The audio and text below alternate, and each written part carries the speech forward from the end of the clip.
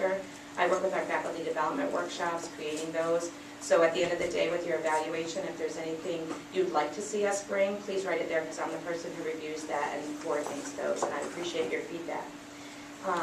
In addition, we do have, if you haven't found it yet, we have coffee and hot water and tea and whatnot in the back of the room. Then right out through the double doors behind you in the hallway, there are refreshments. There's muffins and bagels and things such as that.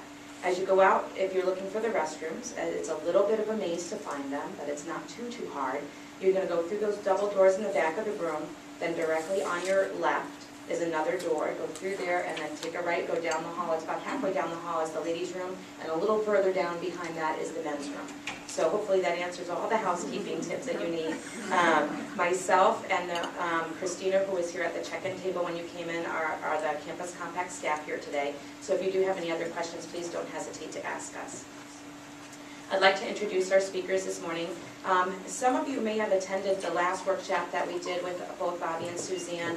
We held it at Mass College of Pharmacy here in Manchester. Are there anyone here who went to that one? No, so we have a whole new crowd. Excellent, very good. We love new people, that's wonderful.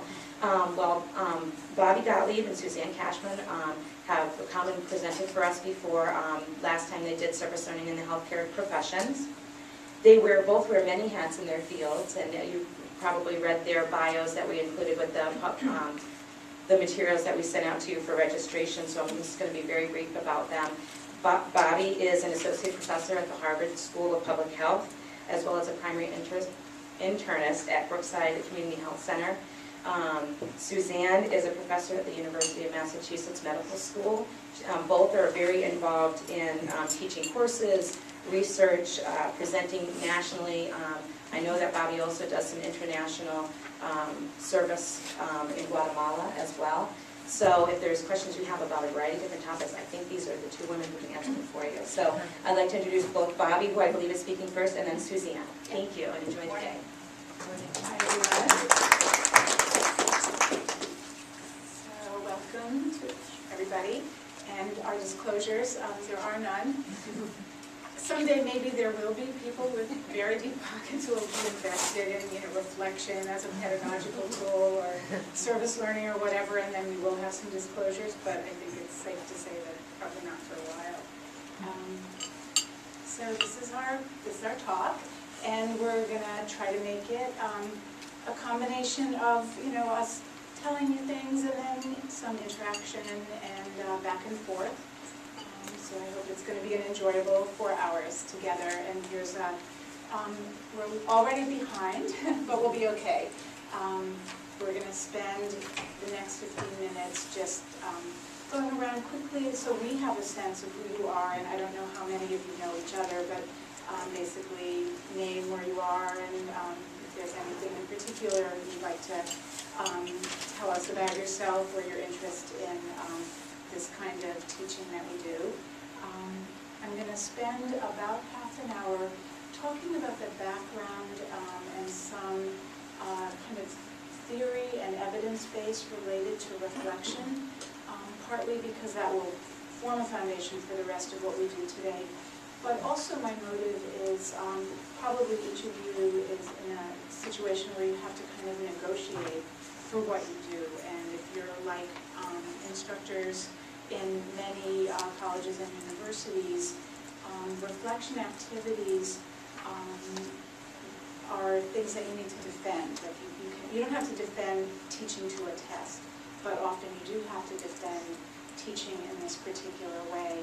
And I hope to give you some sort of fuel for that struggle to be able to argue and say, this is actually important, not just the soft stuff, but for the kinds of main teaching objectives that most schools have, so hopefully that will be useful.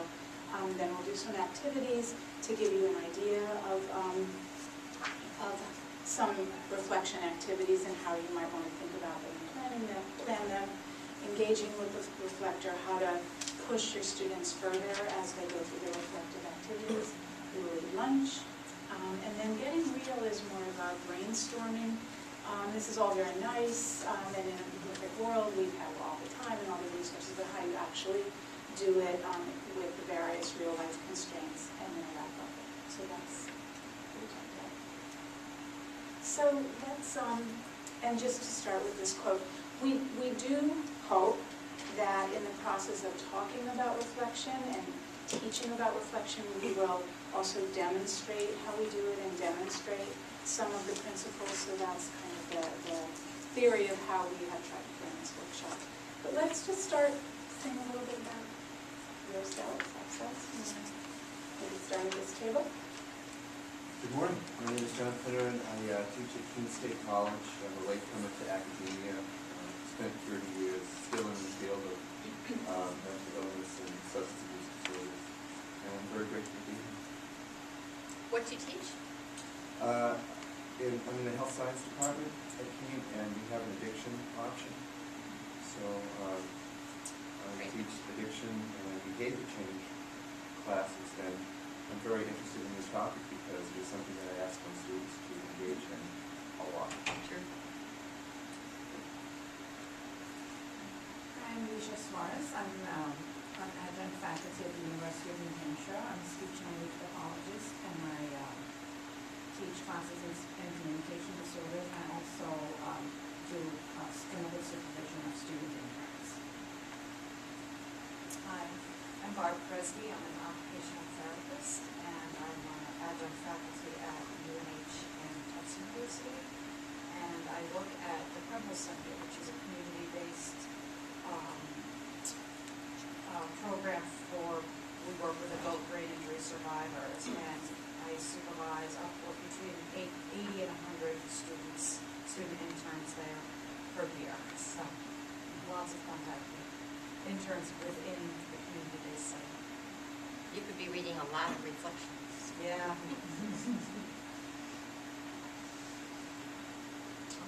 I'm Lynn Mikovic. I teach at Manchester Community College here in town. It's a nursing program. I'm Jessica Price, and I'm also at Manchester Community College, and I teach nursing. I'm Sally Booth. I teach at Riviera in the social work program. And I feel like social work is sort of, as in many things, really for a very long time has embedded reflection in the teaching process, and I'm always looking for new ways to work with students. My name is Paula Williams, and I teach nursing at Riviera College, and I teach research to my students, and we use reflection in research as well as using it as an informal writing mechanism as well. So I'd like to learn a little bit more how I can use it within my class. I'm Olga McSorley. I'm the Director of Clinical Education for the Doctor of Physical Therapy program at Franklin Pierce University in Concord. I have about 120 students across the 3 years that we do reflective journaling through their clinical education courses, and I also help develop our community health and wellness course. And it never occurred to me to do reflective journaling within the context of the community health class. I'm curious to see how I can use that tool. Anita French, I work at Community College in Portsmouth, and I want to be early childhood education. Connie Powell, I'm a clinical faculty for the nursing program at Cody Sawyer. And I am Deborah Dunlop. I am a professor of biology from New England College, but I oversee all of our health science students who have a requirement to do internships, so I'll be sending them to various places, and I'm preparing them to move on to DPT programs and pharmacy programs and others. So they have a portfolio requirement that they complete as part of their internship, and I'm interested in this reflective teaching piece.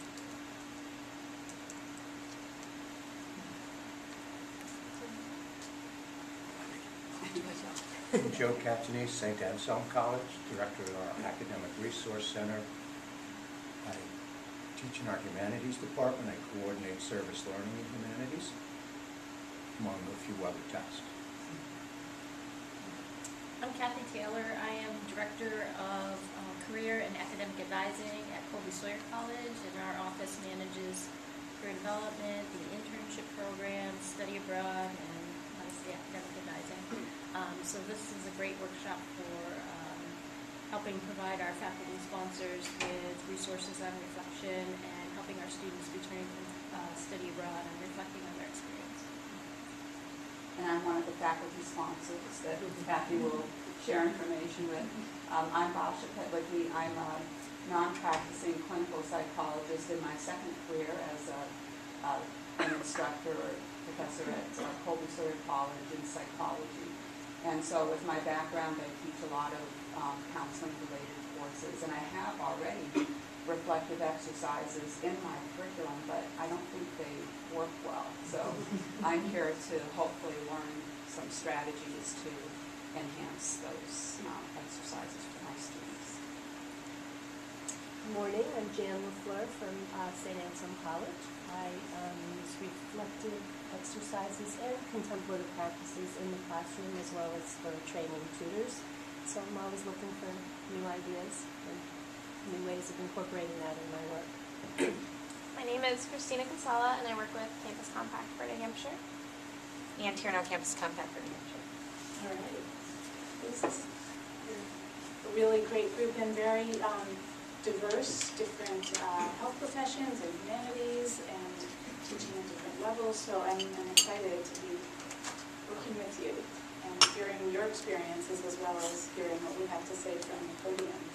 So let's get started. And please feel free at any point to interrupt with questions or if there's something you don't understand. So it belongs to the background. And I'm sure that most, if not all of you, are familiar with Kolb's learning cycle. This is something that we actually often use as a reflective, at the beginning of a reflective exercise to make students aware of their dominant learning cycle, learning style rather. And the reason that I put it here is for the important point of the reflective piece of it over on that quadrant. So there are a lot of different ways that the Kolb's learning cycle can be used. One of it is so that students do become aware of their learning style. But I think as an instructor, the point of the learning cycle is not to say, okay, so you're primarily, a reflector or you're primarily an active experimenter or whatever. It's to understand that the educational teaching and learning cycle actually incorporates all of that, so that no matter what somebody's dominant style is, you want to move them as an individual around the whole cycle and make them conscious of it, and you as an educator want to plan your activities in a way that recognizes where one activity is on the learning cycle and how to move around it. And reflection, I think, is an important tool for doing that. So people, I assume, are familiar with this learning cycle. No. Okay. Well, we're not going to do too much with it today, but what I would say is the inventory actually involves each individual answering a whole list of questions saying, are you more like this or less like this? And then keep score in a kind of complicated rubric. And you plot yourself out and you find yourself being more in one quadrant or another. And then one way that you can use this is to talk about, well, does this make sense to you? Does this seem to be how you really think about things? We do an exercise in another workshop where we ask people, okay, so if you're mostly an active experimenter, what would that mean if you were trying to learn how to ride a bike? And those people will often say something like, well, I just get on the bike. I just get on it and do it, and I don't care if I fall off. As opposed to the other extreme, the sort of reflective observer type would say, well, I kind of watch, and I think about it, and I think about what would happen if I tried this and that, and so you kind of get people walking through their different learning styles. Anyway, I would encourage you that for those who are not familiar with this to look into it a little bit more and see if it's something that you want to add to your the way you use reflection in the class. I actually just began my public health practice class by having students do a mini version of the inventory in preparation for saying, and guess what, I'm going to turn you all into reflectors. And it was a kind of a nice lead-in. It was also a really great icebreaker, by the way. So, yeah. Do you see the cycle, the stages of the cycle as sequential? Or do you adjust it to the class or to the room? That's a good question. I think sometimes you can skip over. It's not always, this nice kind of circle. But I think, yeah, so sometimes you can take somebody, and we'll talk about this working with students' reflections a little bit later. You may have somebody whose reflections are always of a certain type, and you may very consciously just try to push them outside of that comfort zone into another, or realize that the state of their activity, whatever they're doing, is really at the point where they need to take action and kind of get off the dime. So you can sort of skip steps. I think that the idea, though, is that in any kind of big or new endeavor, the logical sequence of the cycle actually does make sense, from thinking about something to bringing it to a more abstract level, to then trying something out, and then looking at that experience, being able to summarize that experience, and then to draw some lessons from that experience in a reflective sense, come to your next set of questions or hypotheses and moving around again. So that's sort of the logic of it, almost like the scientific method.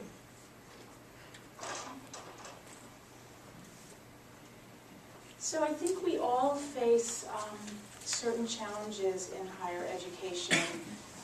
I know for me, as primarily a medical educator, there are all kinds of things that hit the news about medical errors, or about the lack of altruism of physicians as they come at the end of our processes. But I think in all of higher education, we have a very tall order for what we're expected to do for society appropriately. We're supposed to turn out students who can think, and also to think and have compassion, and to be safe and to be effective in what they do. We want people to be skilled. We have physical therapists in the office, in the audience, occupational therapists, speech therapists. We want people to be skilled in the kind of setup of learning that exists now, but we also know that in 20 years there's going to be a whole new set of skills, and we want to teach our students to be committed to lifelong learning.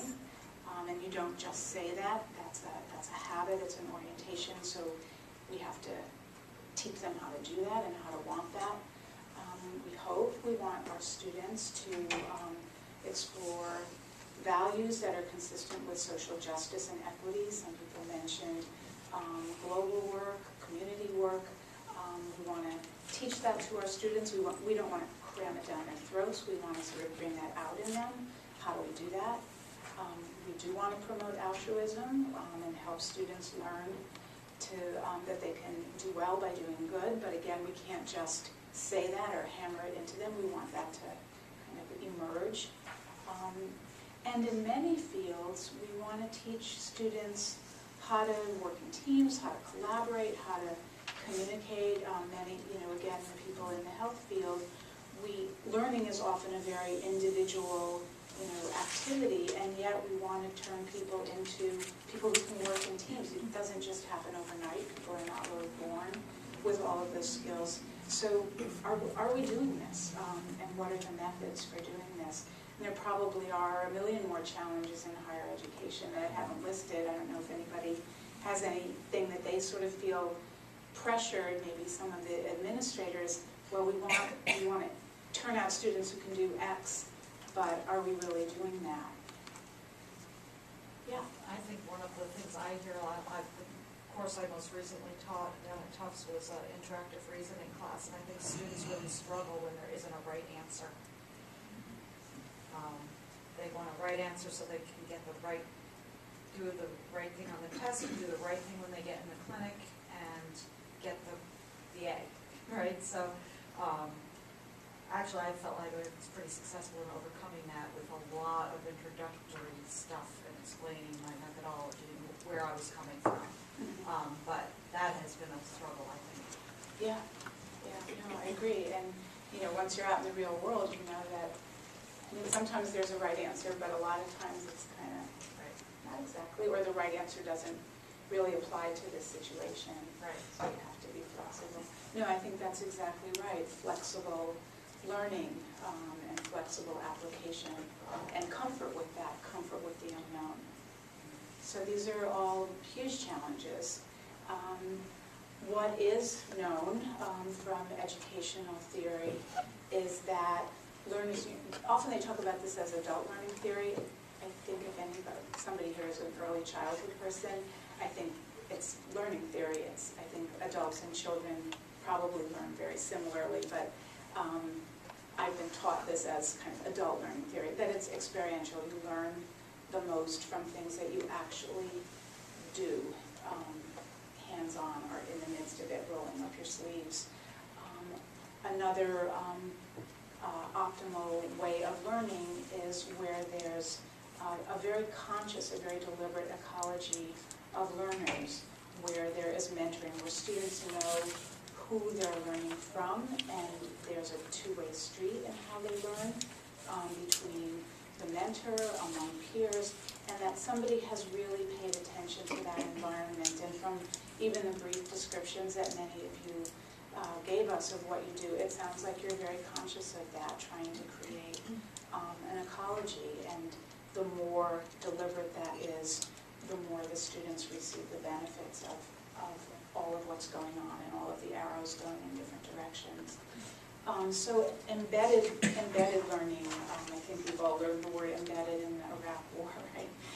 So just to give that a bit of a definition, that learning is that the theoretical knowledge of learning is connected to something that is practical. It's grounded in experience, and the experience is grounded in theory, so that they're connected, and that it's all connected to values that matter. And if students learn in a way that resonates and connects with values, it's known that they will learn better and hold on to what they learn better. We want our learning and our teaching to be developmentally appropriate. And I know for me, that's one of the things in medical school that seems the most ridiculous is there are students, I teach at Harvard medical students, they're very highly accomplished. Often, my students have started an NGO and written books and whatever, and then they come and they sit in the classroom. And suddenly it's like, I don't know, not even, I would say kindergarten, but kindergarten was actually probably more creative than what they do in the classroom. They sit there, they're passive, they are not in control of anything because they don't actually know enough to go out and be doctors. So suddenly they're like 5 years old again, and it doesn't really work. It's not a good way to learn. I do think it actually has some psychological sequela when students are suddenly made to feel less mature or doing things that are not developmentally appropriate. And I think many of the things that happen in service learning, in reflection, even if the actual structure of the class is more passive, reflection can give people that autonomy that's more developmentally appropriate. So this is an important consideration. And, so the take-home message in thinking about all of these ways that learners learn best is that guided reflection can support learning in all of those ways, can really augment and kind of highlight the learning in using all of those different strategies. Comments on that? Yeah. I do have one comment. We do a great deal of reflection in our humanities seminars. I have a large population of nursing students in my seminars, pre-med students, psychology, sociology. I think when we hear the word reflection, it's often expressive verbally, that is, writing, speaking. And I don't know if your position encompasses other means of reflection. I've used art, music, architecture as means of reflection, again, coming back to the Cole piece, based on the students' interests, strengths, perception. So my question is, in your definition of reflection, do you see reflection encompassing various approaches to the individual demonstrating that reflective thinking process? Absolutely, and when Suzanne gets to her piece, no, that's okay, don't You'll worry. be my co-leader. Yeah, that's right. We'll talk about all kinds of different strategies, and I know in my own personal work with students, although I'm somewhat limited to what can be transmitted over email, I do try to encourage my students to do something outside of their comfort zone. So if they're primarily a verbal person, to do something that feels a little bit more dissonant with what comes naturally. But definitely there are many means and many ways of reflecting. So definitely. Yeah, and I think one thing we'll talk about today is there's no one best way. It's not that writing in a journal is the epitome of reflection and anything else is less than. And particularly students who, I'm also teach at a medical school, but my background is in public health. Students who've been in science courses and hardcore science courses for much of their undergraduate life, they tend not, this is a broad stereotype, they tend not to be the folks who journal and who like to write in their journals and think about how they feel. We talk about reflection and they go, ooh, no. So talking about and using different a whole range of modalities is really worthwhile, I think, and important. So. Do you think that there's a developmental stage for reflection between, say, students in 100 level courses versus 400 or 1,000? I probably am not the best person to speak to that because I teach at the graduate student level. But I guess what I would say theoretically, and other people can respond to this, is I think if you build in the culture of reflection very early, it can happen at all levels. I mean, I know people do it in high school and then people do it in junior high school. I think what you can expect of a student is probably different at different developmental stages. But, and I think probably we don't even know what the potential is, because if our educational strategies built in reflection right from the start, we would probably be seeing all kinds of things later on that we kind of have to play catch up with. If that answers your question. We have an early childhood person here who probably is psychology, who probably knows more about this sort of developmental theory than I do. I don't know if anyone wants to comment. We use it reflection with our 9th graders when we go on mission trips. And, I think at first there's some hesitation about it, but they all, when they come back, they say that's one of the highlights of the trip was a reflection time. So, They ask what they say about it? they just enjoy the time to be able to share with one another their feelings about what they're experiencing. We do every evening right before, at the end of our day, we spend an hour with reflection. And I usually have either some sort of a game or task that sort of gets things going. But mostly they talk about their experience with working with the kids, and they are teaching in schools in the Dominican Republic, and they're working with kids in the orphanage, and their experience about spending time with the kids in the orphanage, because they don't speak Spanish and the kids only speak Spanish, and what a unique experience is for them to be able to communicate with one another and feel this sort of attachment for one another, even though they can't speak the language. A lot of them they talk about. one comment, not pedagogically based, well, I suppose it is, but I have 3 of my grandchildren, one has attended, 2 are attending Montessori schools, and each will go through grade 3. And the arrangement of the classroom, the activities typically lead to reflection. I have been struck by that approach and the reflection that takes place at a very early age. That's interesting. We could continue that all the way through. So just more about kind of contrasting traditional approaches to an approach that really makes a lot of use of reflection. Most traditional teaching focuses on facts and abilities, as somebody was mentioning, clear tasks, and then you measure performance in some way. And traditional teaching is okay for teaching facts, and facts are important for some things, but are not well suited to teach learning dispositions, how to become a learner. A focus on skills actually doesn't promote exploration or probing or creativity or critical thinking. So if you want to foster those kinds of things, you have to create something different.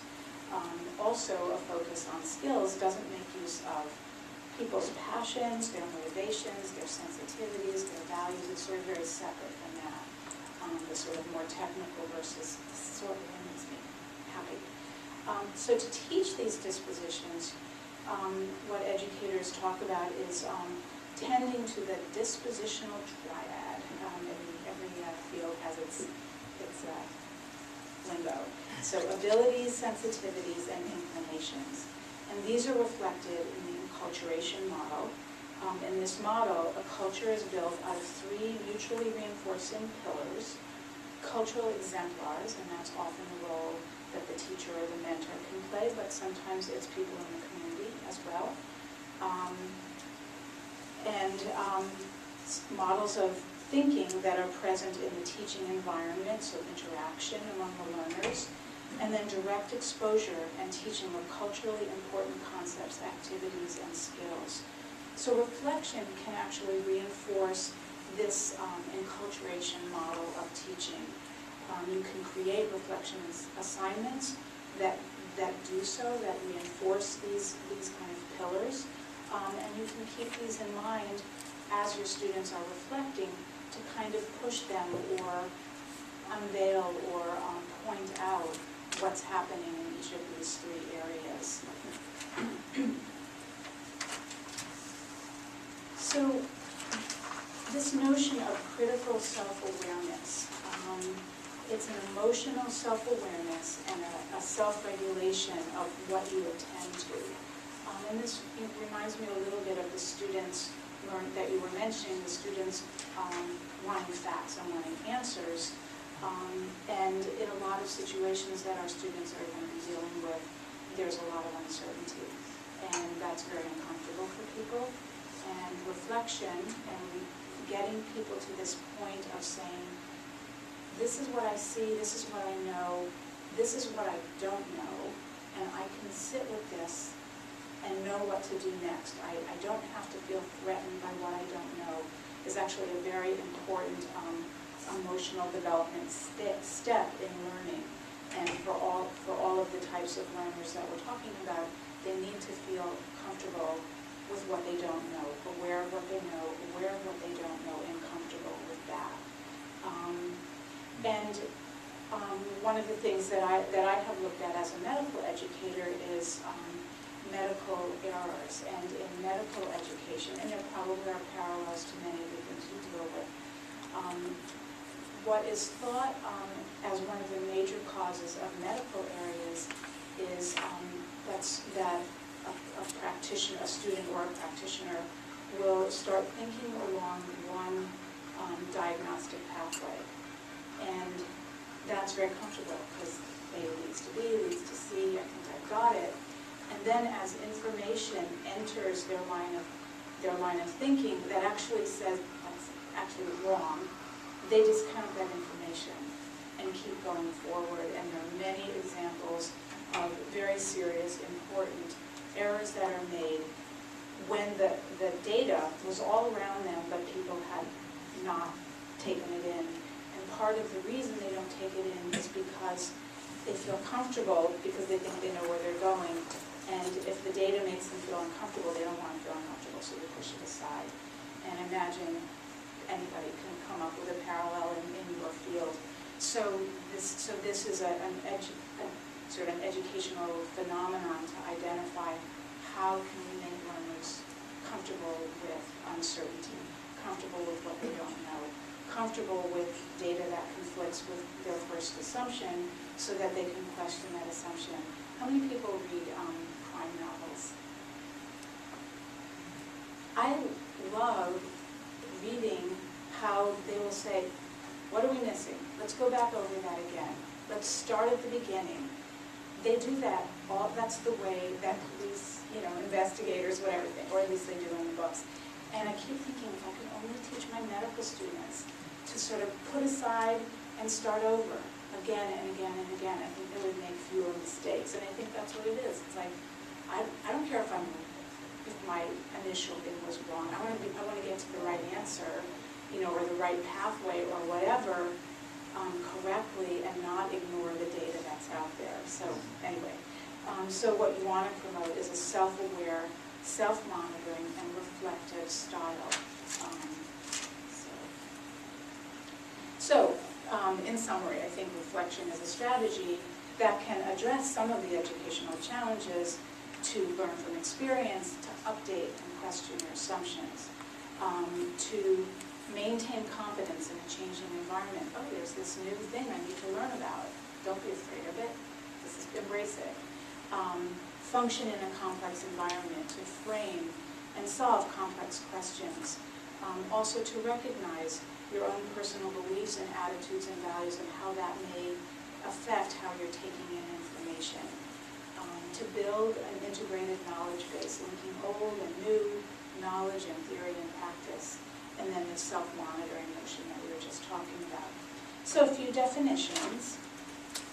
This is probably close to Newcastle. You have lots of ponds up here. You probably see great blue herons all the time. I don't, but this is a pond that I used to visit, and this is my friend, the heron, and we used to have coffee together.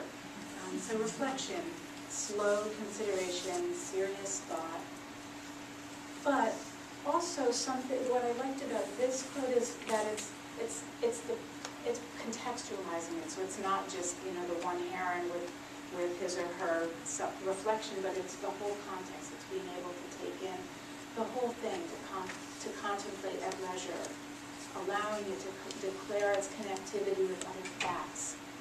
Thematic destiny, I'm not even sure I know what that means, but it sounds so great. And resonance. So these are some definitions from the experts, so Dewey, one of the great educators. Active and persistent, careful consideration, the affective activities that the second person mentions, mental processing, complex, unstructured. All of these, I think, resonate with anybody. Any themes that you see in these definitions about what reflection is or gets at? Does it have to be an observer that lives within the person trying to be observed? What do you mean? I'm kind of asking a rhetorical question. Yeah. Well, the other common thing I see is this idea of leisure or exploration, and all of that takes time. There's a time element in it. And today's students, I would say that's probably one of the major impediments for them engaging in this activity. And we will talk about that in strategies. There's no easy answer to that. Yeah. So some of the themes that I saw, this kind of critical analysis, the search for deeper meaning, constructing lessons and meaning, this whole sort of notion for lessons learned, but also the guide for future action, thinking about the Kolb's learning cycle. Okay, so now what? reflective process, and why did I feel that way? Karen Mann, a medical educator, talks about the iterative, that new understanding leads to new action or a changed response in another situation, or this vertical kind of deepening understanding, more kind of profound levels of understanding. So what do we know about reflection? And I think this may also come in handy when you're trying to argue for the time or for the space to do these teaching methodologies. A lot of what we know in the literature is from commentary and essays, testimonies from either students or teachers who do reflective teaching activities. There are some descriptive studies, some very good descriptive studies in all fields. There are some studies, so everything gets fewer and fewer. There are some studies with measured educational outcomes. There are some comparisons where you try one reflective method versus another and see, what comes of the two different methods, and then some comparisons of reflection versus no reflection in a situation. What are some of the outcomes that have been looked at in some sort of systematic way? Definitely some benefits to learners, that they form association, they integrate information, deeper learning, more positive learning experiences, some positive benefits for the teacher, as probably many of you all know, that they're more interactive with their students, but also unexpectedly more collaborative with their peers, because the teachers themselves come up with, hey, I never thought about it that way, I better ask this person. Teachers tend to have a more active, dynamic attitude towards their own teaching. And then, are there any benefits to society if we're going to take the time to do this? And this has been looked at in terms of more self-perceived, thoughtful practice, awareness of the complexity of clinical practice, so potentially some benefit to society. So it makes thinking visible, it encourages exploration of multiple viewpoints, it encourages the exploration of connections, and then as you were talking about the other person, the silent repertoire, I think that sort of internal kind of person inside of you. There's some evidence that reflection promotes moral development of students through linking experience to abstract conceptualization, combining the affective and the cognitive dimensions, and taking people through potentially some of the phases of moral development where you explore, you clarify, you become aware, you become sort of activated, I better do this, and then you change internally. So there's some evidence for that. And this is just a quote from one of my students. You don't have this in your slides. I don't actually have it in my students. But anyway, I thought it was very meaningful. Some of the things that she learned and internalized that I'm going to say about that moral development.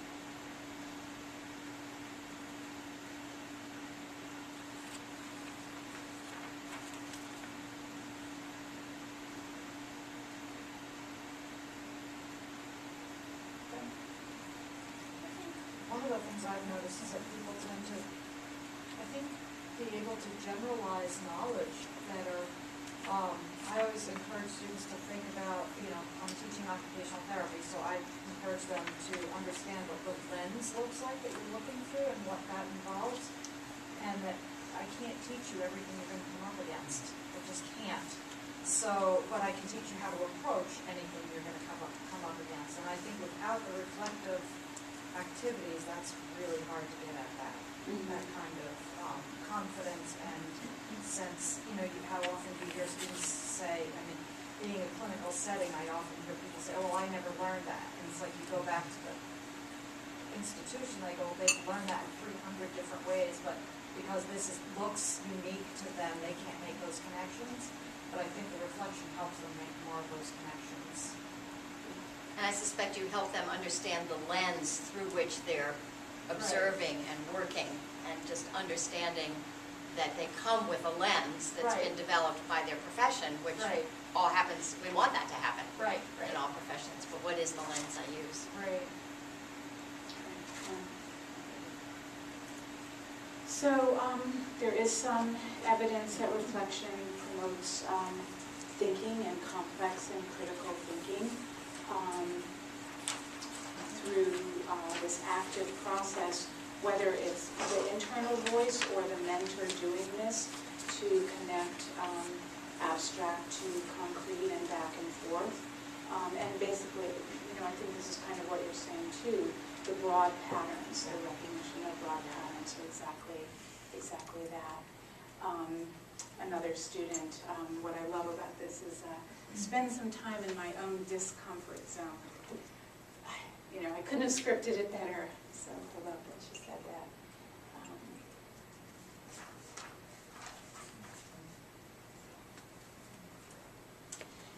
And then mindfulness. Who am I in this process? Being open, being creative, drawing on all these connections, and promoting a self-assessment skill.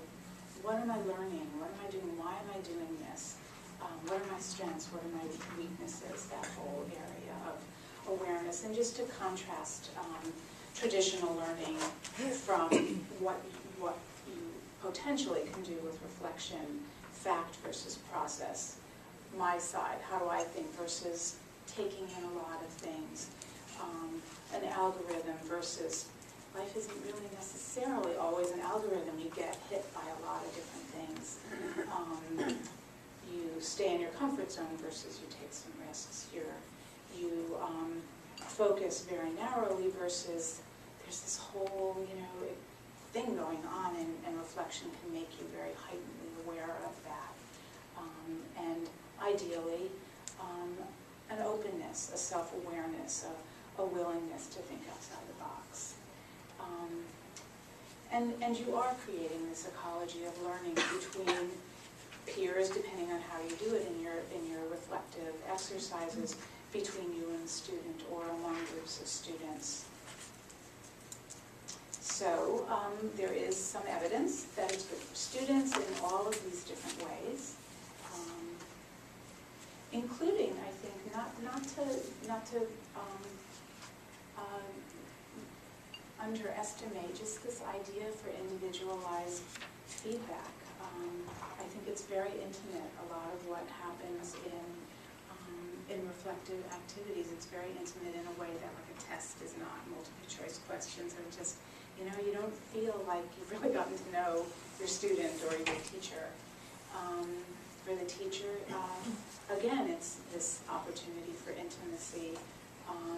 For me also, and for many of you, I guess your reflection comes in situations where you've got students kind of fanned out in a lot of different directions in different areas, and this helps you kind of know what's going on and monitor and troubleshoot. So there's some other things that you can get out of the reflection.